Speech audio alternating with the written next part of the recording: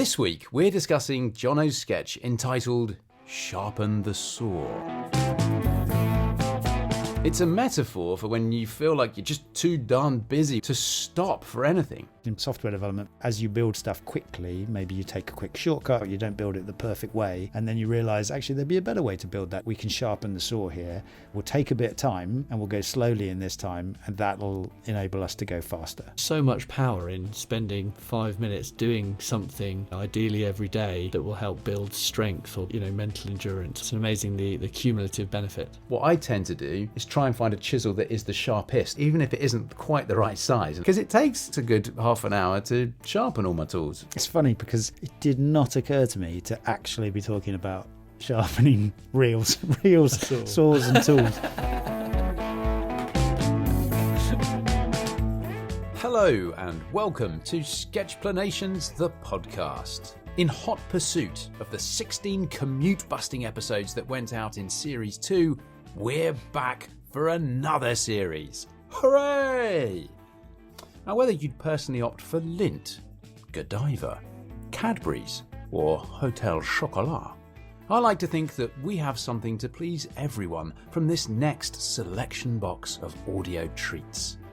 We'll have more sweet sketches to unwrap, more delicious expert guests, more fruity anecdotes, more crunchy stories shared from you, our refined listeners, and more smooth and rich input from us. I'm Rob Bell, and I'm chomping at the bit to sink my teeth into another layer of decadent, tasty topics. But what would this podcast be without he who keeps us all on our toes, Chief Chocolatier Jono Hay, and the man who runs through walls to ensure we keep doing things better? It's top taste tester Tom Pellereau. All right, lads. How do you feel about going again? It's great. It's great. I mean, I feel like we've done quite a few now, and yet there's still so many interesting ones to do that are worth talking about. So it's good. Feels good. Yeah. And thank you very much to everyone who's listening, because we're only kind of carrying on because of them. And, would we carry... Yeah, no, I think it is mainly for them. It's not just It's the nice. three of us. It's encouraging. It's more encouraging, I'd say. Yeah. We would probably just carry on talking if no one was listening, but it is very nice, and thank you for all your comments and feedback so far. Keep it coming in, yeah. But third series or third rounds of stuff you've done before is a theme. Anything you guys can think of that you've done 3 of? Both of you've only had 2 kids.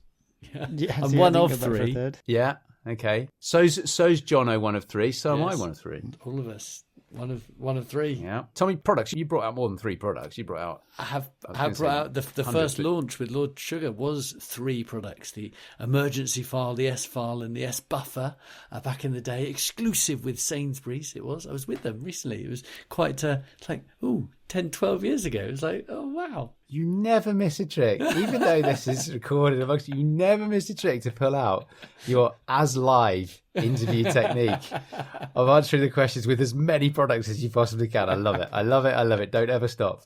But you must... but on product launches, you must have done at least 3 product launches, however many products you were launching each time, right? Well, yeah, we do a sort of a product launch a year, so it's kind of 10th, 11th. Does it get easier? Did it get easier by like the 3rd time because you know a bit what you're doing? You've got 2 out of the way. You learn from your mistakes. It does. And you learn from what went well. And actually we're on sort of 10th now. I am getting a lot better, but also the market and what they're interested in changes quite significantly. So you learn and also you have to unlearn. But this should be the best series yet, taking in everything we've learned from the previous series. More expert guests. I think that's good. More of that for the future, because it just takes you off on, it's a new personality, right, into the equation. There's less predictability about it. Not that you two are predictable, but... Never know what you're going to do in an intro, that's certainly for sure. I've never been called Chief Chocolatier before. Yeah. That was nice. So I was thinking about this. I've done so many different TV series, but only 2 went on to 3 or more series. Does that make sense? Mm. One of them was on lighthouses, and the other was on Walking Britain's Lost Railways. Both really good. Both I would have kept on doing more and more. I loved doing them. It was great. You get to go to some great places. I presume you ran out stuff. of lighthouses. No, goodness me, no. Really? No, because and they were rock lighthouses that we're doing, so ones that were offshore. No, there's a fair few left to do. You see, I got sent a beautiful map of the UK, and it's got the whole of the UK, but it's at night, and you can just make out the land, and then it's got all the lighthouses all the way around, and it shows the sort of like glow of light around each one, and it's a beautiful thing, and you just see that we've basically lit up all of the tricky bits of this island. It's really cool. Yeah. And as I say, there's like 50 or 100 or something. Yeah, so many. Really cool. And there are some seriously tricky bits as well. As you would know, after 3 series of lighthouses. Good fun. Well, listen, whether you're coming along with us on this roller coaster for your 3rd instalment of Sketchplanations, the podcast, or if you're just dipping your toe in for the first time now, thank you for joining us. It's lovely that you're here. I will say, if you haven't already, it really helps us if you can subscribe to the podcast and leave a quick review. But however long you intend to stay listening with us, you need to know that Jono has his Sketchplanations book out. It's available now. It's called Big Ideas, Little Pictures. Jono, what's it all about? What's the plot? It hasn't exactly got a plot, but it will take you through a sort of journey from more physical things to interesting paradoxes about the world. We look at, things like earthquakes and surfing breaks, but all the way to psychology and well-being and motivation. Ton of sketches in there, 130 plus. It's really fun to flick through. I hope you really love it. It is. And, it's because of all this work that you've done that we have all these sketches for us to talk about on the podcast as well. But the book really kind of elevates it. I've had a copy in my hands and flicked through it, and it feels great. There's quite a bit of splashes of colour in there. It's a lovely, lovely thing to hold and have and enjoy flicking through. Great. Well, as they used to say in Rome, omni trium perfectum. Everything that comes in threes is perfect. It's not a great mantra to market our next series by, but we'll worry about that when we get there. Series 3. Here we go. Let's podcast.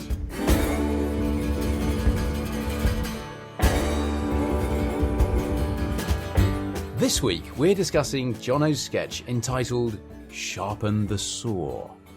It's a metaphor for when you feel like you're just too darn busy with a project, or perhaps there's too much stuff to get done in life generally to stop for anything, even if stopping to assess or recharge might actually help you accomplish your goal quicker or better.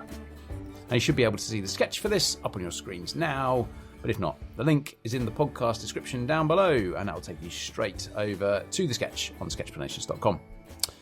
And as you listen along, if you feel inspired to send us a message about occasions that you've felt there wasn't enough time to sharpen the saw, then please send it in to hello@sketchplanations.com. Thank you, Tommy. Right, Jono, before I ask you about the sketch, actually, I want to say that if it was me who'd done this sketch, I mean, big if. You would have done it better?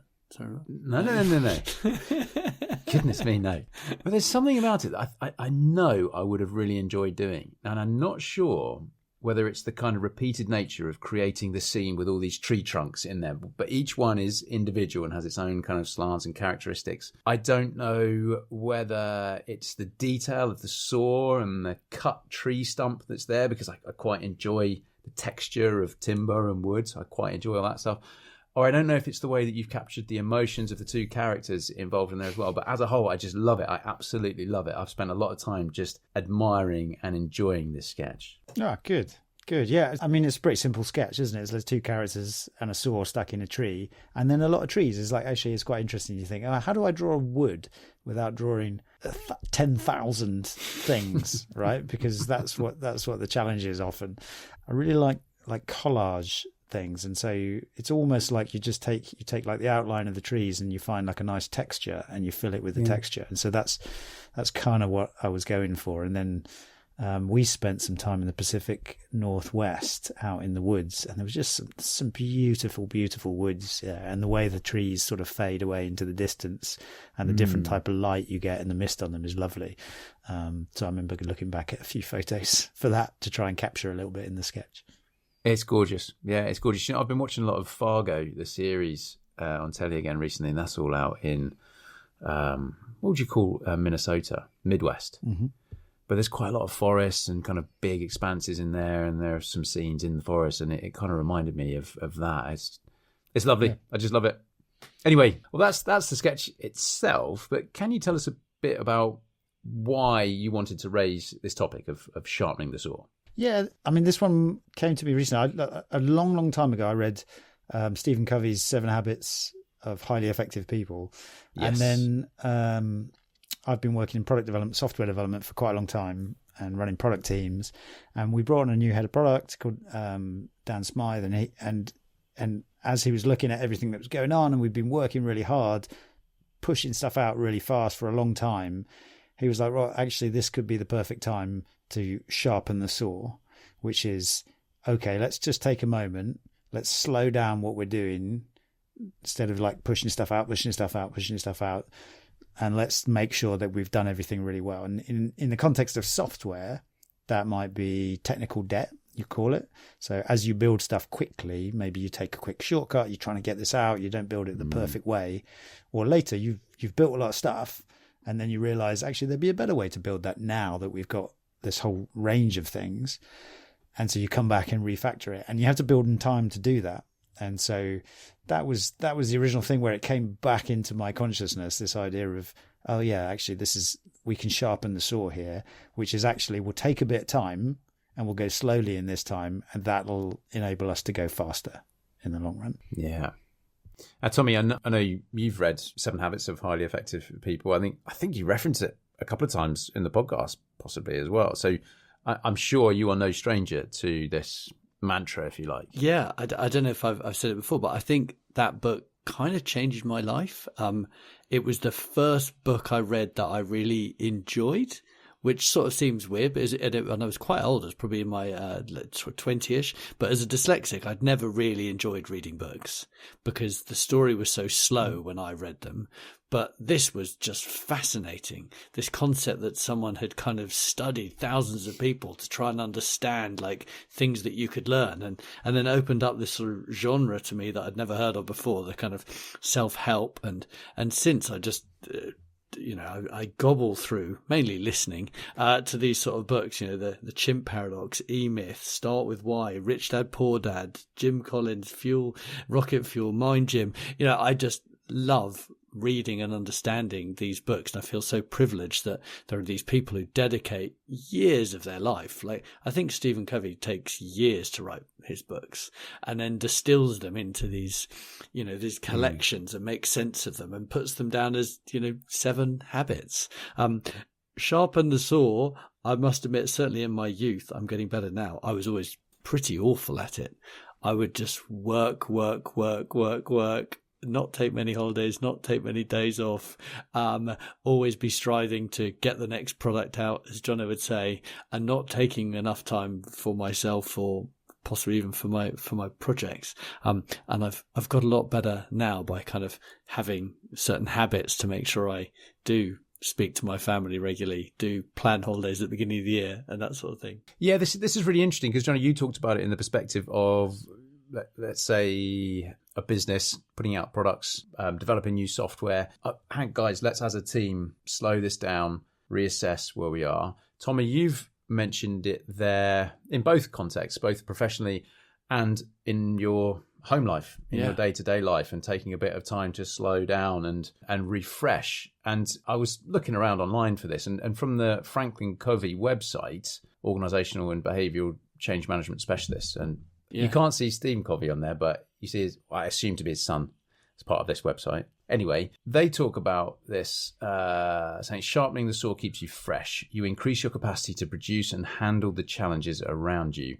Without this renewal, the body becomes weak, the mind mechanical, the emotions raw, the spirit insensitive, and the person selfish. In my mind, before I started reading around this, I was only applying it in the kind of project sense and not in the self sense. And I think they're not the same, but they're equally important. Yeah, and I think in the book, it's talking about you as an individual, and that's what sharpening the saw is. It's keeping yourself renewed and fresh and at peak performance, and working on your own self so you can be as productive as you can. And I think it makes so much sense when you think about it from so many organization perspectives. For example, like you could have a software product out there and you've got bugs coming in, and you spend a third of your time dealing with the bugs, and that allows you 2/3 of the time to do other stuff. But of course, if you if you stop and you spend a few weeks fixing things properly, then you free up all of that time for future stuff. And it's one of these ones where you're like, oh, we don't have the time to stop and do that. And then of course you realize that you don't have time not to stop and do that. Like, it makes such a difference. But yeah, definitely in the book, it's about yourself, your physical, your mental, social, emotional, and spiritual, I think, renewal. Yes. Yeah. Mental, physical, social, emotional, and spiritual. That's what you said, wasn't it? Yep. I mean, I think this is pretty obvious from what we're talking about. Sharpen the saw, and the woodsman, if you like, in the sketch, who is chopping down a tree with the saw. You're going as fast as you can, as hard as you can. Bang! There goes another one on, straight onto the next one. As you're doing that, your saw becomes blunt, and if you take the time to sharpen the saw, your work is probably a lot more effective, and you are more productive. Yeah, exactly. I don't think I needed to explain that, but I think it's worth it, and I think that's actually how the chapter starts. Is that little story of a woodcutter who's like trying to chop all the trees down, and suggests, well, maybe it's worth taking a break. Well, I don't have time to take a break and sharpen the saw because I've got all these trees to cut down. So I can relate to that in a much more literal sense. Go on then. Oh, you out in the workshop. Actually need to sharpen your saw. Replace saw for chisel/plane. Yeah. Yes. I mean, anyone who is a maker who makes stuff will kind of know that it takes ages to create the things that we do. I've put one of my projects up on social media recently, a coat rack that I did. Okay. And I decided I'd film it properly. And it took me probably over 2 weeks of actual days to do that. But that was spread out over a number of months, really, because, you're busy some days and, some weekends you're not doing it at the weekend, and some weekends you're busy, so you don't get time. And then you might get 3 hours out there, which is never satisfactory. So when you're doing that, you just want to get to the next stage. And so the last thing you want to do is stop when you're trying to file or plane something back or chisel it back, just to pare it back, to stop to go and sharpen everything so that it all happens nicely and you can slice through that wood. What I tend to do is try and find a chisel that is the sharpest amongst my set of chisels, even if it isn't quite the right size and effective, or the right shape even, because it takes a good half an hour to sharpen all my tools if I want to. Because if I'm going to get the sharpening stuff out, I'll do all of them. So it takes me a good half hour to an hour to sharpen all that stuff. I don't have time. I just want to get to the next bit. So in that literal sense, I follow quite a few makers on social media, and there was a song that did the rounds as like the soundtrack to a lot of these videos about, I don't know, a year, 18 months ago. And it's called It Costs That Much, was the name of this song. And it's by Laura Jane, or Whoa Dude, and you can find it up on YouTube. And the lyrics are, the lyrics start, it costs that much because it takes me effing hours and hours. And it's true. It's so true. That's good. So that literal sense, I get it from that literal sense. I think there is a bit of an aspect with this example, though, in the fact that I'm not sure that many people really, sharpening the saw. There aren't many of us who cut down wood anymore or work in woodwork. And also think a lot of the times these days, if your saw is blunt, you'd go to B&Q and you'd buy another saw. So the sort of sharpening of the saw is not necessarily such a strong analogy, I think, than maybe it used to be, because a lot of people don't realise you can sharpen a saw, so to speak. And you can't with a lot of technology. It's like my mouse is getting a bit slow, so I'm going to sharpen it. But my iPhone's breaking. I don't know. The camera's not as good anymore. I'm going to polish it. Or maybe that is an example. Actually, on your iPhone, it does eventually get full of photos. So every 4-6 months, I will empty all the photos off my phone, because I find that makes quite a big difference. So maybe it's or defragging your hard drive, or deleting your emails. But it takes time, and it's so dull to do. But then your phone is a lot quicker once you have taken all that stuff. We've given it a refresh. Coming back to the metaphor, you're giving your phone a mental, physical, social, and spiritual refresh, aren't you? It's going to connect with some other phones and realise its true purpose. On a technical point, just in case there are any other woodworkers listening, you can and you should sharpen your saws if you have a saw. Basically, if you've got a saw with a plastic handle, then you shouldn't try and sharpen that saw, like one that you'd buy from your local DIY store, because that'll have hardened steel, and if you try and file that back, you'll blunten the file. So there's no point. When that is blunt, get rid of it. But if you've got a saw with a wooden handle, and that is a kind of general rule, then you can sharpen those. But different techniques depending on whether it's a crosscut saw or a rip saw. And what I've just got to say this, because I'm sure I bored about. In the summer, I went to an island with no electricity, no running water, that sort of thing. And we were having to chop logs with a proper handsaw, the two-person ones. Like in the sketch. And we were cutting proper massive logs. And at first I was like, well, this is never going to work. Like, there's no way we can do this without a chainsaw or that. But actually, it was amazing how much cutting force you can put through with two people with a sharpened saw, and these were with wooden handles, so they were sharpened and fully greased. Just how quickly you can go through big logs really surprised me. It's funny because when I thought about talking about this tonight in the podcast, it did not occur to me to actually be talking about sharpening reels, saws and tools. I was way in the abstract metaphors, this is all about analogies. Yeah. What sort of domains might this principle apply? No, actually, it's good to sharpen your swords and your knives and your axes, people. But in the metaphorical sense, I don't mind admitting that I really suffer from it. And like you were saying, Tommy, I can get so wound up by needing to complete or needing to keep creating or getting stuff out there or getting things done. I can get really wound up by that I will not stop to analyze and think about, well, actually what I'm doing here, is that the best thing for me to be doing? Is there a better way to be doing it? I know I probably should, but I'll go to bed angry and annoyed at myself if I haven't, what I feel, been productive enough. But then in the back of your head, your nag is, well, yeah, but if you could have probably been more productive had you spent yesterday not doing the same and thinking it a bit more. And I don't mind admitting, I find it quite stressful. So I'm grateful we're talking about this tonight, because I know I'll probably go away with a bit more impetus to try and address it, because I feel like I do need to address it, because, yeah, as I say, it's a stress that I don't want. And there's like a classic quote by Abraham Lincoln. I don't know if you heard that one. They give me 6 hours to chop down a tree and I will spend the first 4 sharpening the axe. Yes. It sounds like you probably wouldn't. I don't know if anybody would. No. but it's funny how, like, you can sort of notice if your actual tools are blunt, but it's quite hard to notice if you're not being as like productive or thinking as clearly anymore. You're just sort of in it, and it's quite hard to step back and go, actually, maybe I'm not being as useful with my time, and actually it'd be better to go to sleep now, better to go walk now, better to go, speak to my partner. And like when you're in it, you don't necessarily notice, I think, as easily as when it's a physical example. Agreed. Yeah, that's a really good comparison, Jono. I mean, and the best thing I think for that is working with other people working with a good leader, perhaps, who can identify when maybe there is a need for the team to just stop and refresh and sharpen the saw a bit. So, Rob, why don't you just give it a rest for tonight? Don't worry about it. Watch something, go to sleep, go for a run. You'll feel. Actually, do you know what? I think you notice that as parents with kids, like if they're doing stuff, I can sort of tell if they're like, maybe it'd be good if you took a break right now and like ran around in the garden for a bit and then came back to it. But if it's me, I don't think I always notice. I'd be like just on the treadmill of click, click, click. Yeah, doing that stuff. Sorry, Tom, go for it. Do either of you journal much? No, not at all. I have done, and it's really nice when I do, but I don't. I wish I did.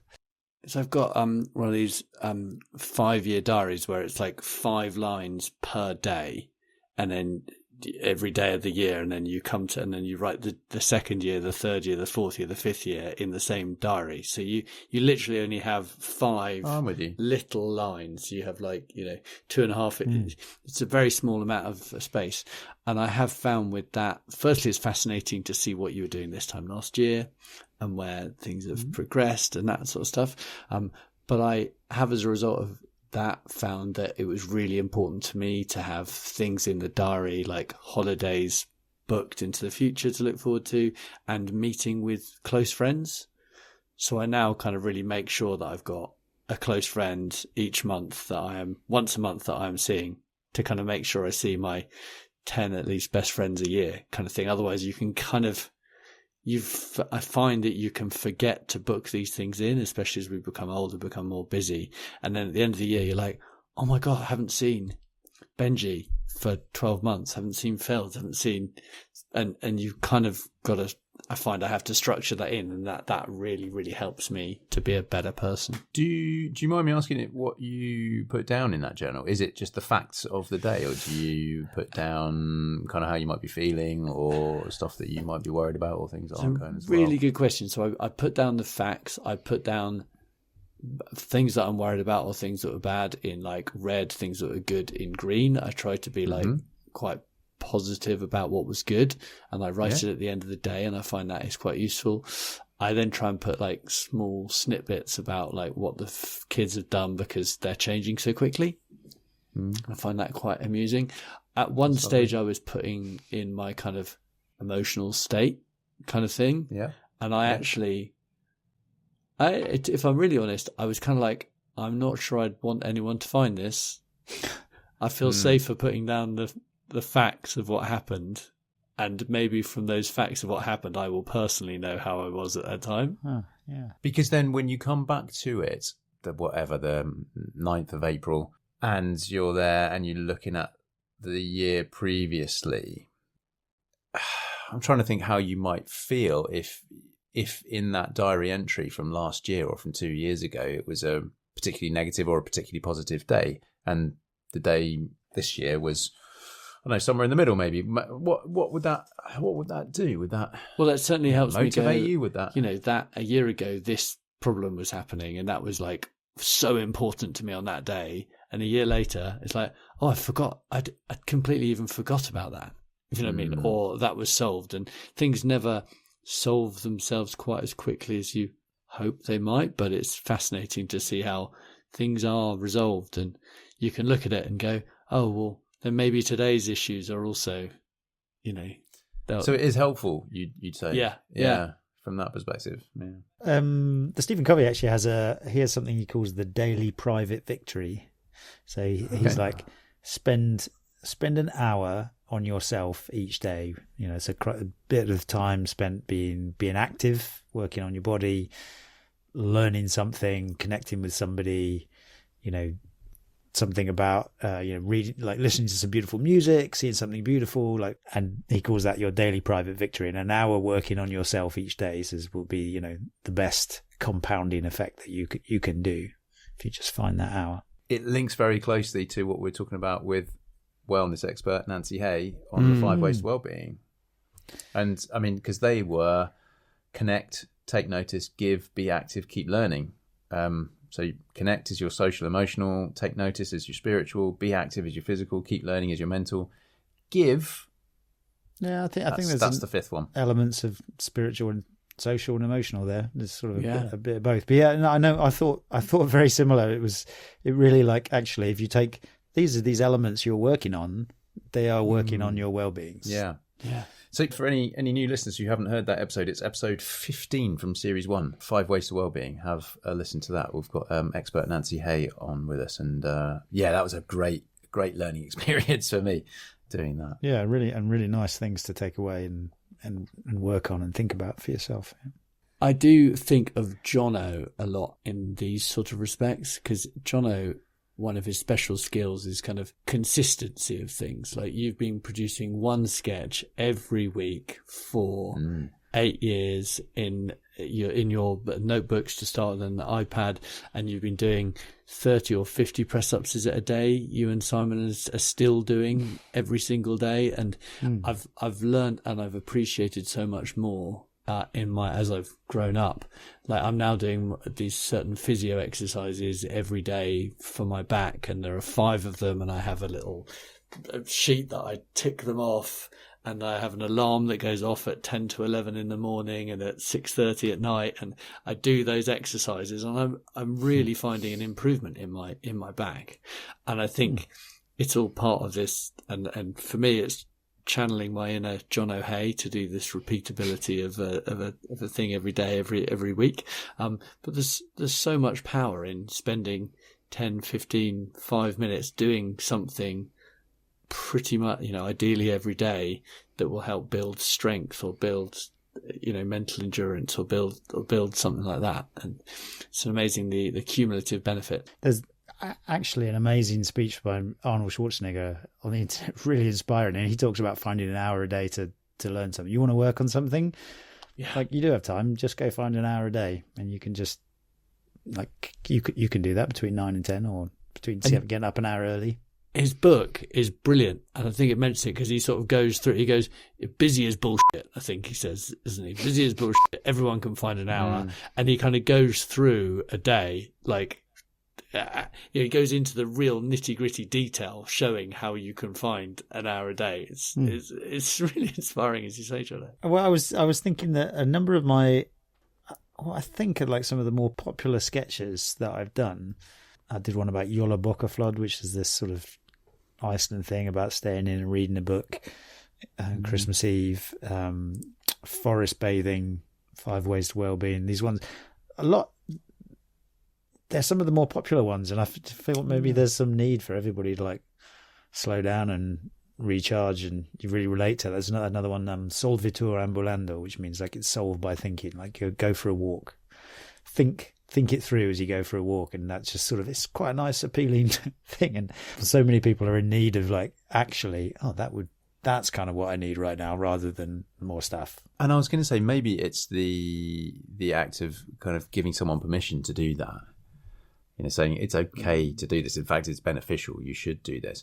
But then I feel like what would probably be more helpful is a definitive instruction to do it. I would definitely respond well to that, I think. Like, it's quite hard to be sat at your desk at work and not obviously doing anything, and just be like, I'm thinking, I'm recharging, I'm resting. Like, that just feels weird in our culture, doesn't it? To be sat at your desk not doing anything, which is funny because we've done a lot of like endurance events, or if you go hiking or something, it's so completely obvious when you should take a break. Yeah, you're like, I just can't go anymore. What I really need now is to pause, take some food in, redo my laces, get rid of that stone in my shoe. Remember why you're doing this. Remember why you're enjoying that you signed up for this thing, and then you go again, and you're feeling fresh, and and it's so obvious in these kind of like extreme examples, but in the day to day, it's so easy to kind of miss that. That actually, you know what, I could really do with sitting down and playing the piano right now instead of writing a bit more, working a bit more.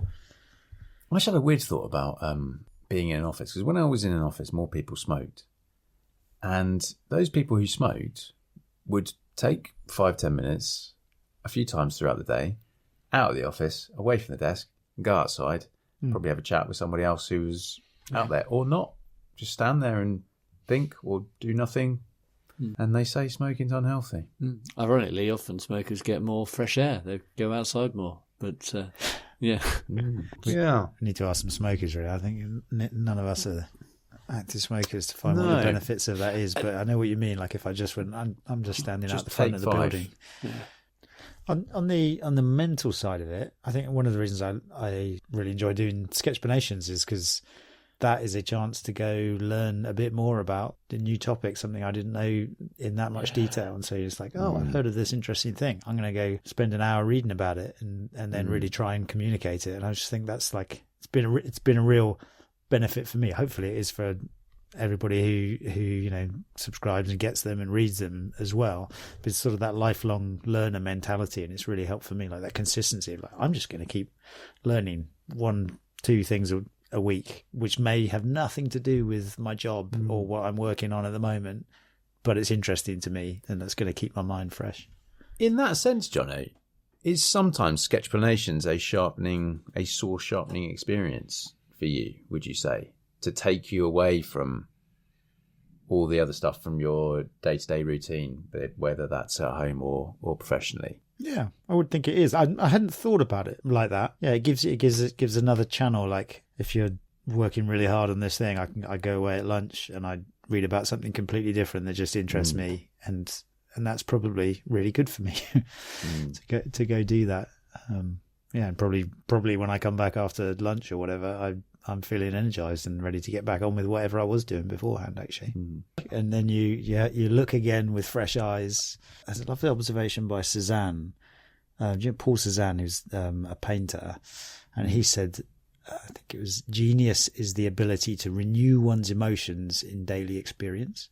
So I guess to come back fresh each day, yes, and look at something and go, wow, this is beautiful again, and not have that same old blah blah, like, just, here we go again. Here I am walking down the street, but I don't notice anything anymore. And I think it's a lovely way to think, and that I feel like that sharpening the saw is that kind of rejuvenation, like, oh, I'm going to notice stuff again. I feel fresh, ready to take in new things.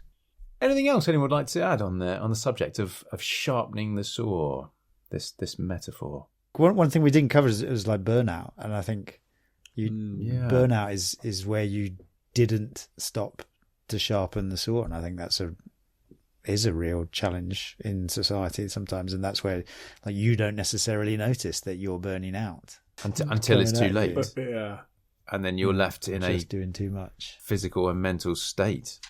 Yeah, so sharpen your saw before you burn out. It doesn't quite work, does it, as a metaphor?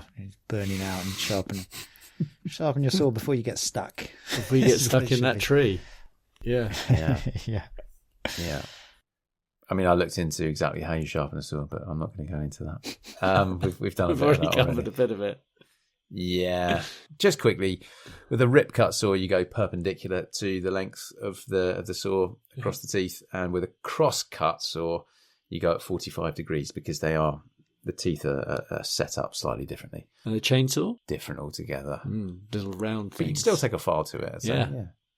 When it's off. Well, I hope there's some useful information in amongst everything we've discussed there for you, our listeners. It's definitely been useful for me. I mean, thanks for sharing your tips on that, because as I said, it's something I struggle with, and I know I struggle with it, and I get stressed by it, and it's lovely to have some tools and techniques. Tommy, I think I might start a little bit of journaling. I feel like I need a book like you have to do that. I don't think I'm going to do it, without something physical to help me do that and remind me to do it and make it easy to do. But that feels like a nice thing. So 4 years ago, Amazon AWS, I've got it in red. Apparently it almost killed me. And I'm not even sure I can remember what that was all about. Isn't that amazing? Clearly it was very... And 3 years ago, Poppy got into the bed at 4 a.m. And she certainly doesn't do that anymore, which is amazing too. So that's just... So what a lovely day you've had in comparison to previous years. Well, I don't know quite exactly, but... You needed to have your saw sharpened again. Yeah.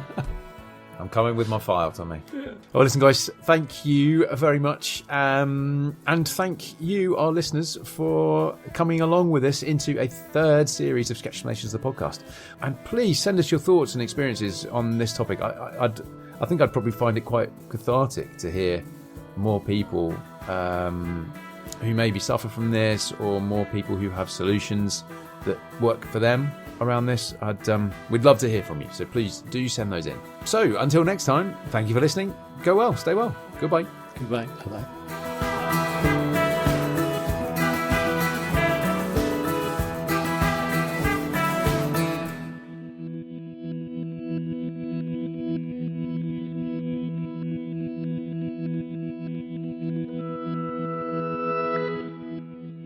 And we're back once again to go through the post bag from our last episode, which was our episode on finishing lines with, I'm going to say, the wonderful Brendan Leonard. It's just me and Jono to go through the post bag this week. Tommy's busy. He's always busy. How cool's Brendan? What a brilliant chat that was. So much fun. So much fun and so interesting at the same time. What a great combination for a person. I feel like I really look up to Brendan. I really do. There's a guy I want to be like. Yeah. Well, he's probably younger than you or something. Yeah, I know. I mean, I wish I had been like. But we've had a couple of messages in, which is lovely, and thank you for all your messages. We love receiving them. Do send them in. There's so many ways you can email us. hello@sketchplanations.com. You can get in touch via the podcast website, either leaving a message up there, or you can leave us a voice note as well. Or, you can get in touch with us on social media, on Instagram or Twitter, or any of the other ones. But this one came from, I'll say, friend of the show, Ron Roth, who sent us an email to hello@sketchplanations.com. And Ron was saying, the podcast made me think about my motivations, which have recently worked for me. As I've aged, my limitations have increased, but not my desire to stay in shape. So when my 7.5-minute mile runs dropped off to 11-minute mile runs, I basically stopped running and increased my cycling. Besides 1 or 2 metric centuries a year, do you know what that means, Jono? Is 2 metric centuries, is that 200 kilometres, you think? Because this is written by an American. I would guess it's cycling 100 miles, but... Or 2 metric centuries, though, which is why I'm thinking it's kilometres. That's a good point. Yeah? Yes, Should we say that? Yeah. That's what we think. So besides 1 or 2 metric centuries a year, one of my strongest motivators has been to ride my age every year. This year is my 70th birthday. Congratulations, Ron.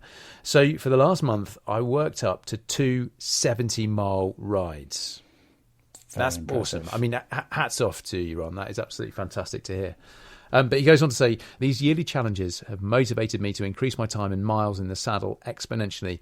And your most recent podcast has got me to reflect on the start line and the finish line within that challenge, which is great. It's so lovely to hear that. Here's a guy who's obviously motivated, right? But he's set himself these challenges to give himself those finishing lines to keep working towards every year. I love how the challenge gets harder as you get older. Yeah. So 85 is going to be quite some riding year. I'd be very impressed. Yeah, it's the double whammy, right? It's the double whammy of the challenge getting harder. The exponential increase in difficulty. Yeah, hats off to you, Ron. Hats off to you. And thank you so much for getting in touch. It's lovely to read. And if I could be like Ron when I was 70 as well, I'll be pretty pleased with myself. We've also had a message from Rebecca on Instagram saying, and this was in reference to Brendan talking about his fear-based training plans. And Rebecca says, yep, that's me over here training for an ultra because I'm not sure I'd ever run again if I didn't sign myself up for some form of sufferfest, as she calls it. Which kind of goes to show that it's not just Brendan, it's not just us who get some kind of pleasure from pushing ourselves to the point of pain. People do it. We all need to reread Brendan's book again, going into all the many motivations about why we do it. It's so good. It's so good. And yeah, as we talked about in the podcast, so much of it resonates with me. And it's just lovely to have it written down because I have often stopped and wondered, why do I do this? And I've never really come up with a good enough reason, I don't think. Why? What motivates me? And in my eyes, it makes me a better person. But, you know, it's pretty arbitrary, really. But you're already a good person, Rob. No, thanks, mate. So are you. Don't worry about it. Thanks. Sit at home. And what else have we got, Jono? Yeah, I thought I'd have one. We had a chat at the beginning of the episode, if you remember, about survival skills. We did. With some quite remarkable survival stories. And on reflecting on my own, I mentioned that actually I feel like most of my survival skills take place at home in the kitchen before I even leave on any expedition. And that's kind of the point. Which was such a brilliant answer. I didn't see it coming at all, but it was the best answer of all. Well, yeah, and it made me think. It made me think enough that I did a sketch of it in the last month because I actually think it just really made sense to me.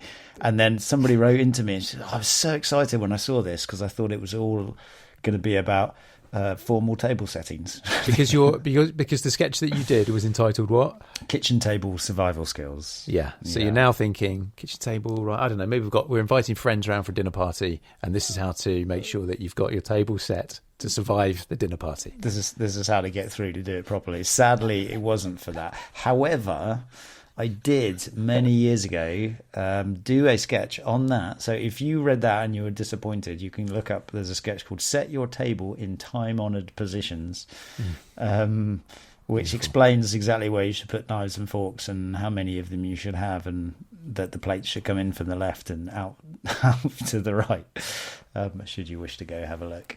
Whereas the kitchen table survival skills sketch is all about what you were talking about in last week's podcast, how your greatest survival assets is the planning and setting. Well, I'll put links to both those sketches, and then you can see it. It's all there.